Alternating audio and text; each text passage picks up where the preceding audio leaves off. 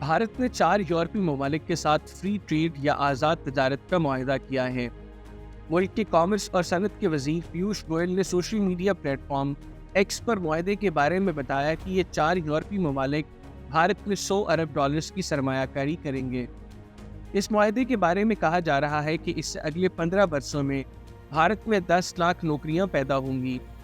भारत से मुआहिदा करने वाले यूरोपीय ममालिक में लिechtenstein, स्विट्जरलैंड, नॉर्वे और आइसलैंड शामिल हैं। ये चारों ममालिक यूरोपीय यूनियन का हिस्सा नहीं हैं। इस तजारती मुआहिदे के लिए बातचीत सन 2008 में शुरू हुई थी, लेकिन नवंबर 2013 में इस पर जारी मुज़ाकरात रोक दिए गए। इसके बाद अक्टूबर 2016 में इस पर दोबारा बातचीत शुरू हुई। मुआहिदे को हतमी शक्ल देने से कबल मुज़ाकरात के लिए कुल 21 दौर हुए। अब इस मुआहिदे पर दस्तखत हो चुके हैं।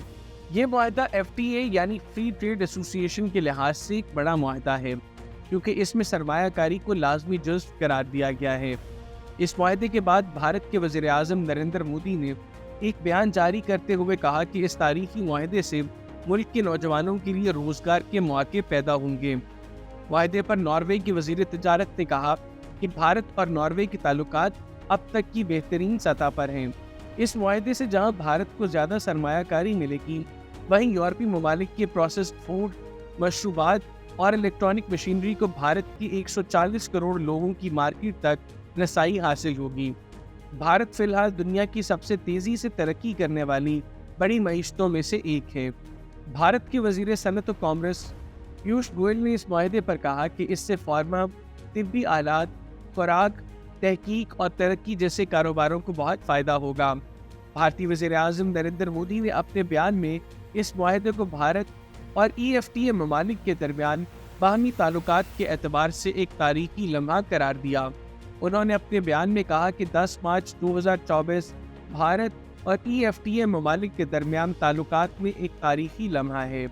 भारतीय वज़ीर आज़म नरेंद्र मोदी ने कहा कि चारों ममालिक मुख्तलिफ मामलात में आलमी रहनुमा हैं।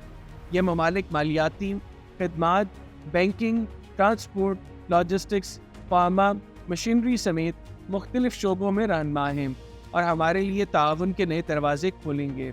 जिन 4 ममालिक के साथ भारत ने मुआहिदे किए हैं, इनमें भारत का सबसे बड़ा तजारती शराकतदार स्विट्जरलैंड है। सन 2022-23 में दोनों ममालिक के दरमियान दो तरफा तजारत $17.14 अरब रही, जबकि इन चारों ममालिक के साथ मुश्तरका तजारत $18.66 बिलियन रही। स्विट्जरलैंड की हुकूमत ने इस मुआहिदे को एक संग मील करार दिया है। इस मुआहिदे के बाद भारत आला मयार की स्विस मसनूआत जैसे स्विस घड़ियों, चॉकलेट्स, बिस्किट पर कुछ वक्त के लिए कस्टम ड्यूटी हटा देगा। मुआहिदे के मुताबिक भारत फौरी तौर पर यह वक्त के साथ सोने के अलावा स्विट्जरलैंड से तकरीबन 95% सनती दरामद पर कस्टम ड्यूटी हटा देगा। इसके साथ ही भारत में स्मार्टफोन्स, साइकिल के पुर्जे, तिब्बी आलात, रंग, टेक्सटाइल, स्टील के सामान और मशीनरी भी सस्ती हो जाएगी। ग्लोबल ट्रेड रिसर्च इनिशिएटिव के सरबराह अजय श्रीवास्तव ने खबर रसां एजेंसी PTI को बताया कि भारत में स्विस अशिया की कीमतें सस्ती होने वाली हैं, क्योंकि इन पर आयद टैरिफ को हटा दिया जाएगा। $5 से $15 के दरमियान कीमत वाली शराबों पर ड्यूटी 15% से कम करके 10% कर दी जाएगी। श्रीवास्तव के मुताबिक आने वाले बरसों में कट पॉलिश हीरो पर 5% ड्यूटी कम करके 2.5% कर दी जाएगी। इस मुआहिदे को तारीखी कहा जा रहा है, क्योंकि आने वाले 15 वर्षों में ये 4 ममालिक भारत में $100 अरब की सरमायाकारी करेंगे और 10 लाख नौकरियां पैदा होंगी। इन ममालिक ने इस सिलसिले में अपने इस अज़्म का इजहार किया है।